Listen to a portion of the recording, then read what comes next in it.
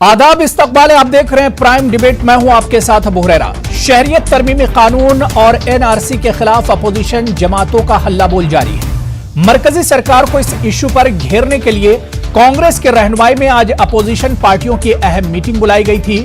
इस मीटिंग को कांग्रेस की कारगुजार सदर सोनिया गांधी ने बुलाया था। मीटिंग के बाद सोनिया गांधी ने सरकार पर निशाना साधते हुए कहा कि शहरियत तरमीमी कानून और एनआरसी पर मोदी और शाह मुल्क को गुमराह कर रहे हैं। उन्होंने जामिया मिल्लिया इस्लामिया, अलीगढ़ मुस्लिम यूनिवर्सिटी और जेएनयू का जिक्र करते हुए कहा कि लोगों ने सरकार की दहशतगर्दी देखी है। सोनिया गांधी ने कहा कि यह सरकार लोगों पर जुल्म और बर्बरियत कर रही है और समाज में नफरत फैला रही है। हालांकि इस मीटिंग में अपोजिशन की बहुत सी पार्टियों ने शिरकत नहीं की, जिस पर एक तरह से सवाल भी उठाए जा रहे हैं। लेकिन इस मीटिंग के बाद राहुल गांधी ने क्या कुछ कहा, यह सरकार की तरफ से इस मीटिंग को लेकर क्या कुछ बयान आया है, सबसे पहले वो रिएक्शन हम आपको सुनवाई देते हैं। अच्छी मीटिंग हुई और मेन बात यह हुई कि जो इकोनॉमिक सिचुएशन है और जो बेरोजगारी की सिचुएशन है, उससे देश में युवाओं में गुस्सा है, डर है, क्योंकि उनको अपना भविष्य नहीं दिखाई दे रहा है। सरकार का काम देश को विजन देने का होता है, रास्ता दिखाने का होता है। उसके सच्चाई दुनिया के सामने आनी चाहिए थी, लेकिन आज सोनिया जी, राहुल जी मोदी जी की सरकार को ब्लेम कर रहे हैं,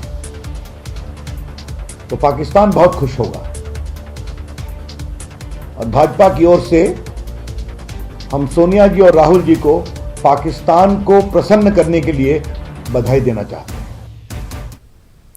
तो सरकार ने सवाल उठाया है अपोजिशन के इत्तेहाद पर, अपोजिशन की जो एकता है उस पर सवाल उठाया, क्योंकि कई अहम पार्टियां, अपोजिशन की पार्टियां जो आज इस मीटिंग में शरीक नहीं हुई, जिनमें TMC, BSP, Aam Aadmi party, Shiv Sena, DMK, Samajwadi party, ये पार्टियां ऐसी पार्टियां हैं जो आज अपोजिशन की इस अहम मीटिंग में शामिल नहीं हुई। यानी अपोजिशन खेमे में ही सब कुछ एक तरह से ठीक ठाक नहीं चल रहा है। ये जमातें एक तरफ जहां शहरियत तरमीमी कानून और एनआरसी की मुखालफत कर रही हैं, तो वहीं दूसरी तरफ इस अहम मीटिंग में शिरकत न करना कई सवाल खड़े करता है।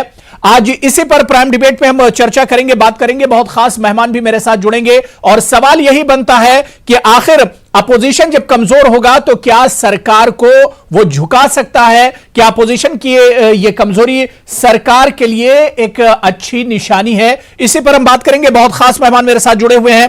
अपने मेहमानों का आपसे तारुफ करा देता हूं। मेरे साथ तहसीन पूनावाला जी पॉलिटिकल एनालिस्ट हैं।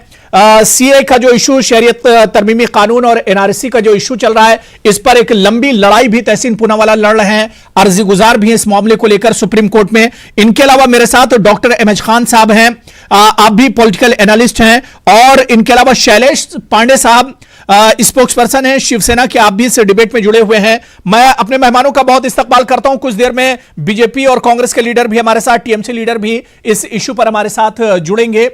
सभी का बहुत इस्तकबाल है। मैं सबसे पहले तहसीन पूनावाला जी आपसे ही शुरुआत करना चाहूंगा। तहसीन पूनावाला जी, हमने देखा कि आज अपोजिशन सरकार के खिलाफ जो सरकार का जो